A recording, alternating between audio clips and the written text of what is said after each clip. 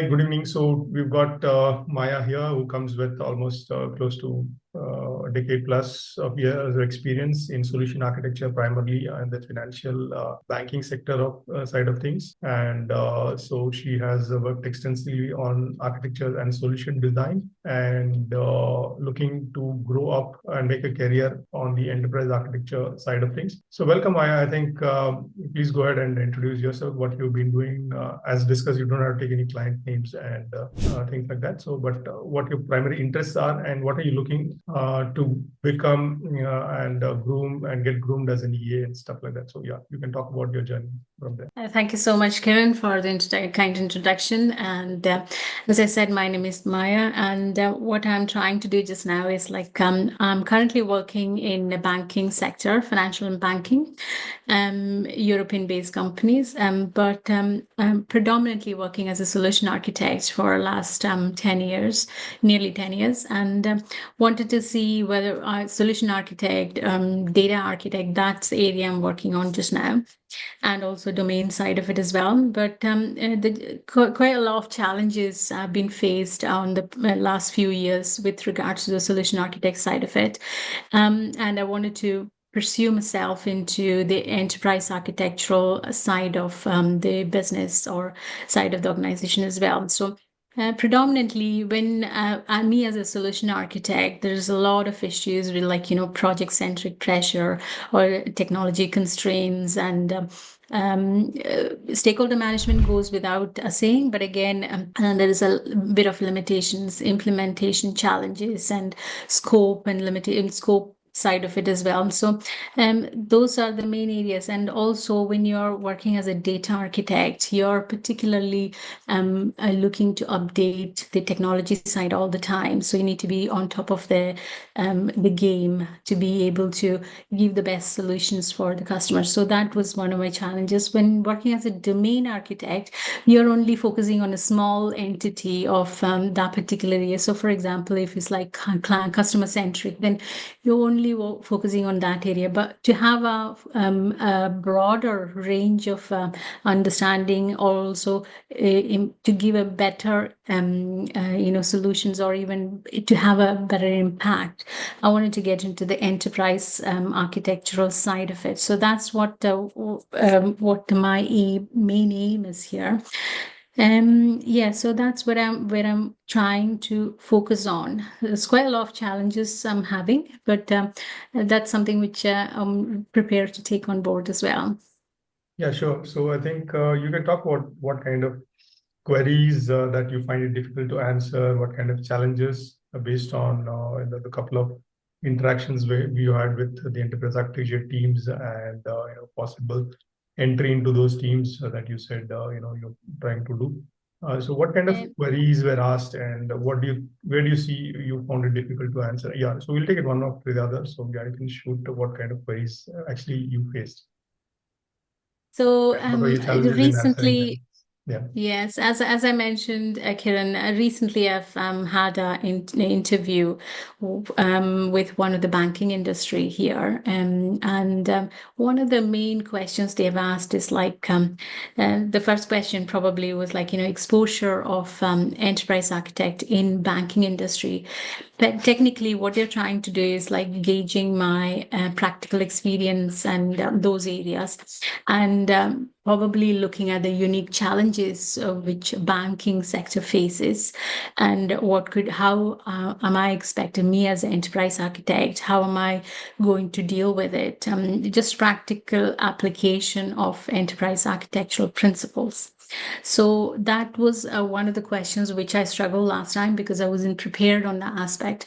Because since my area of expertise lies predominantly on solution architecture, particularly on cloud, AWS or Azure. So that's the area where I was focusing on throughout my career. All of a sudden, when it's purely from practical experience, unique challenges of the bank on enterprise architectural viewpoint, I struggled. So that's one of the questions. And yeah, how me as an enterprise actor, how would I deal with it? How would I not just the stakeholders, how would you deal with that particular issue, give a background of it. So it's just, looking at basically a case study is what they're looking for. But I tried to explain, but again, it didn't work the way the organization was expecting, or even the interviewers were expecting. So that's something which I struggled. Yeah, so that's something we can discuss as we go Sure, along. sure. So I think they're looking at you to leverage your skills and how will you transform yourself into an enterprise architect who will be in charge of taking up initiatives on banking and the financial sector per se. So I think that's what I got to know from what you said. How will you manage in AI practice vis-a-vis banking as a domain, and how will you kind of showcase value that the EA is bringing to the table, and explain your role as to what you would do, right? Typically. That's right. Yeah. So I think what you should be saying is stuff like I will be exposed to banking reference architectures such as BIAN, BIAN. BIAN is like a banking reference architecture which brings all the best practices in banking. So you don't have to reinvent the wheel. So we will look at what are the typical reference architectures that are out there and which matches the requirement of the client. And so that we have a best practice and a set of building blocks that are required to build a bank with all the fintech movements also going. So you need to bring in that aspect of the fact that you're aware of what's fintech and stuff like that, because very soon fintech is about making everything customer centric, everything digital, paperless, everything seamless, everything making cloud based, digitally native, making it automated, making serve the customer, keeping the customer context in perspective. So basically, if you go to a bank, especially in India, that's still a pain point in many of the banks. They say, okay, you opened an FD, but to close an FD, you still have to go to the main branch from where it was done. You can't do it anywhere remotely. If you go to SBI, Okay. One of the branches in, let us say you opened in one part of the city, you still have to go to that part of the city and still only then close your FD. And that's such a pain point for the customer. The customer doesn't, he says, I see you as one bank. So let me walk into any of your portals and I need to have the same experience. But you're just saying, no, you can't be done here, can't be done like that. So you're putting a set of rules. So it's not a truly digital experience because the bank doesn't understand you as a customer. So you need to bring in those kind of offerings as an architect, that how will you enable that level of openness, transparency, using API gateways, using a lot of architecture work to ensure that you're creating a seamless experience or a one bank experience for the customer. Typically, those are the kind of things. Those are one of the few of the challenges that an enterprise architect might have to do. And the other part is actually understanding the customer's context and serving him. So let us say that you are banking with the customer, but most of the banks don't have features like, if the repo rate or the loan interest rate kind of fluctuates, they don't automatically inform the customer that, the RBI, for instance, in India, RBI has reduced the interest rate. You can actually leverage a better set of things. It's like the customer gets bombarded from somebody else in the market and says, they are giving a better rate, why don't you do it? Some things like that. So if the customer can be retained, the bank themselves can create some channels and mediums of approaching the customer, saying that this is what it is. So before losing that guy, they can actually make those kind of offerings. And so all of these kind of innovative things. So basically, EA kind of a person wears a strategic hat, very, very important. So that you will need to bring out that flavor in the discussions, that you are able to drive strategy, it'll drive management decisions, business decisions. You are able to connect the business and IT guys together, and you are able to create that, bring in that innovative flavor in the work. And it could be even a small feature that you would suggest perhaps, and that really becomes a killer feature, getting a lot of revenue from the customers and gets a lot of market traction. So it could be one or two such changes that you actually do, but you'll have to bring in those amount of storytelling to your customers, saying that, okay, this is what I would do as an EA. I'll look at the reference architectures. These are the building blocks. Then I will use things like value stream. I will use a lot of EA tools and techniques to help you transform your business from state A to B. This is the kind of language you need to be using, and you'll use EA tools in a structured way, so that you are accountable for the budget that's being spent, and you're putting focus where the money is, and also using an agile architecture approach wherein you're kind of failing fast, failing forward, and you're making less expensive, experiments to say typically, so that you're failing cheap, failing fast, failing forward. That's what they call it. It's like an agile. It's a uh, way in which you can actually run experiments quite on a low cost basis, and then showcase a lot of innovation in the company, and make your offerings truly digital per se. So if you can actually do that, then of course he might say, okay, what are the viewpoints that you would generate? Then you can say I can create a lot of viewpoints based on what is the context of the audience to whom it is actually being served. So since I come from data architecture, data views are all of these things which can be done. But since I know EA quite well now, I can even cater to the business audience, the technology audience, the application audience, and the business stakeholders and the customer stakeholders. So you can actually convince them that you are going to be driving decisions from a strategic level, and all the 9 yards, what's being done. If you can impress upon them that you're actually aware of, because the case study that I've shared in my learning with you, you can go through those videos and I've shared a complete case study end to end. So that will give you nuts and bolts of what is being done and how we can actually orchestrate and connect the dots. So once that happens, then you will be able to figure out and tell them, okay, this is a strategic decision that I take, and these are the building blocks. This is how I execute it. This is how I'll be completely, taking a concept to cash kind of a model, and kind of run through the whole journey. So once they get that thing that, okay, this person really knows what she's talking about, then of course you have landed the job out there.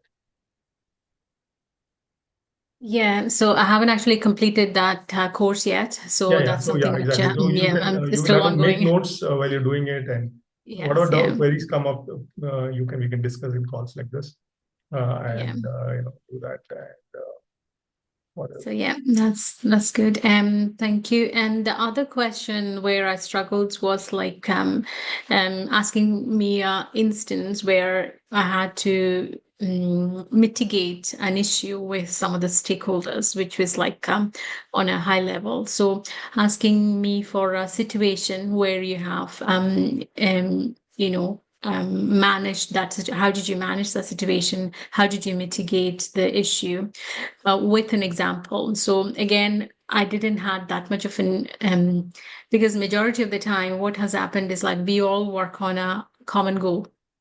Right. So even if you're trying to solve a problem with a solution architect or enterprise or a domain architect side of it, your problem is smaller than when it comes to a bigger picture.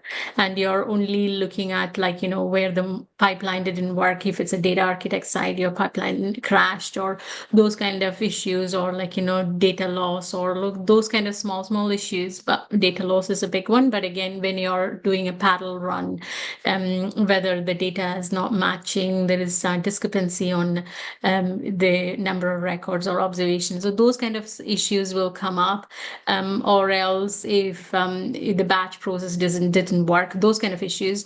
On a domain architect side of it, the issues are different, but again, not a data side of it issue. So it's less slightly different, but it can never be matched with the enterprise architectural issues and how to mitigate it. So when I try to explain, even though it was on a situational basis, which was actually happened, which was significantly smaller in terms of the size of the issue. So probably I will need a proper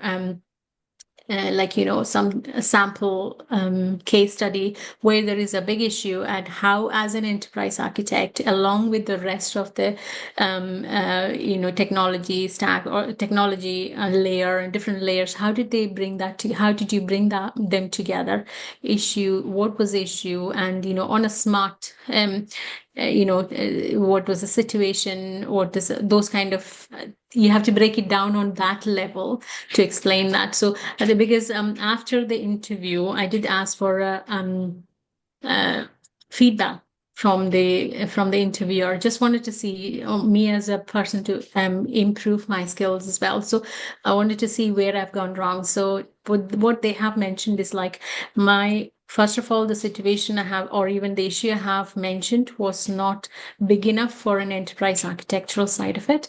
Plus, the explanation was okay, but again, it wasn't on a aligned, like, what was the situation, what was the issue, and who all involved, what is the strategy we have taken, how did you implement it, so, and what was the results of it. So that kind of you have to use a smart criteria for analyzing the issue and how to present it. So I made a mistake. I didn't go that far because because the issue was so small.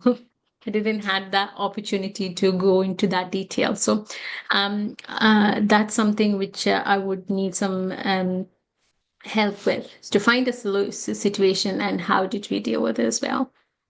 Yeah, true. I think I totally understand what you're saying now. Because given your experience, you must have experienced some data problems.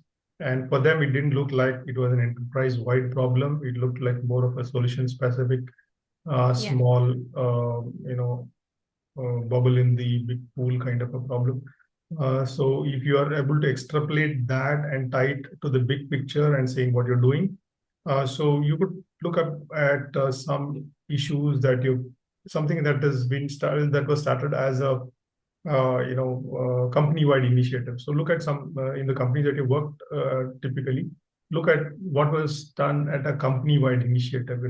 It came to your part, and you ended up doing some data reorg or data optimization or data manipulation, data massaging, and all that sort of stuff.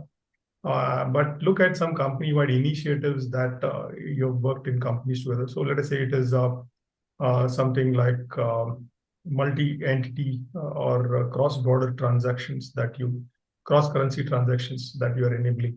So that's a big ticket item, right? It's there at an enterprise level. So you're enabling cross currency transactions across various modules.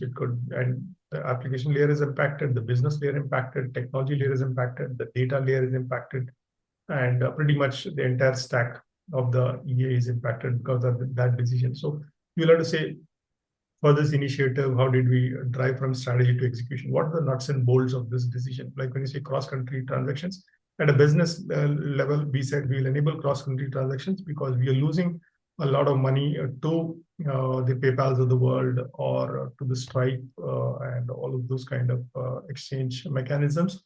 So instead, we thought that we want to create our own cross-currency transaction and enable that feature so that we are able to create a parking account into which money gets parked, and based on the exchange rate we did. So it was a business decision that was taken so that we remove the dependency on the PayPal commission charges, and so you'll have to start like that big picture there. And then you say what kind of validation or business logic changes you did at the business layer, and then BDANT. So enterprise architecture is business, data, application, and technology. So the data side of things, what did you end up doing? So what did you massage? What kind of currencies did you do? And what kind of data did you end up doing? That would be the data part of it. And then the application side of thing is like, what is the kind of application logic changes you have to do? How many applications you have to change? And stuff like that. And then which applications were residing on what technologies, hardware, servers, software. Would you Dockerize them with the containers or virtual containers, or were they multi-instance, multi-tenant, or were they on-prem or were they on the cloud, all of that sort of stuff. So then you take it like that. Then how did you do the rollout? How did you do the migration part of it? How did you do the continuous optimization of it? And how do you do the governance part of it? Like who are doing the design changes reviews, code changes reviews, architectural changes reviews. So all of these things, if you are able to, bring in into perspective, then they get a feeling that, okay, this person actually has seen the whole picture and knows how to connect the dots end to end, and is not only talking about a ripple in the pond, but the whole pond itself, that sort of stuff. So make sense? Yeah, that makes sense. Yeah. So yeah, what I would suggest is I'll help you storytell around your work. So what I would suggest is in the companies that you worked on, look at how did work flow to you. at a company level, what is the decision taken? And how did it actually come to you? So, as I told you, look at the whole big picture and say, assign me this kind of work as a data architecture part of it. What would that be the business and decision side of things? What would be the application side of things? What would be the technology side of things?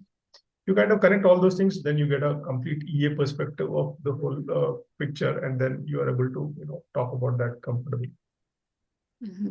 Okay. So that's what the course that I've enabled gives you, that perspective of what's involved in all of the blocks, and you will be able to connect the dots once you know how the work flows and how does it happen, things like that.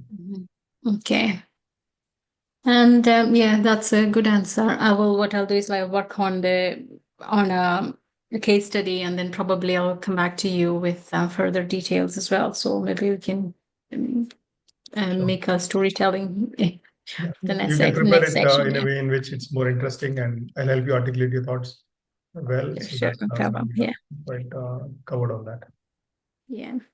And then there was generic questions. How did you give me an instance of how did you do the technology changes when there is a new impact, or because specifically when there is changes in the governmental structure. And so because if you take Europe, for example, we had like Brexit came up, and so how did that impact, and how what are the changes so it's like quite a lot of governance side of it. And so because I was involved in one of the European banking project as well, so those kind of areas they wanted to understand the whether I'm aware of it. So those kind of questions which I managed it was fine. It's just only these two questions where I struggled big time. So and that was like a good point as well. So because for the next time around, I'll be more prepared on how to answer that as well. So yeah,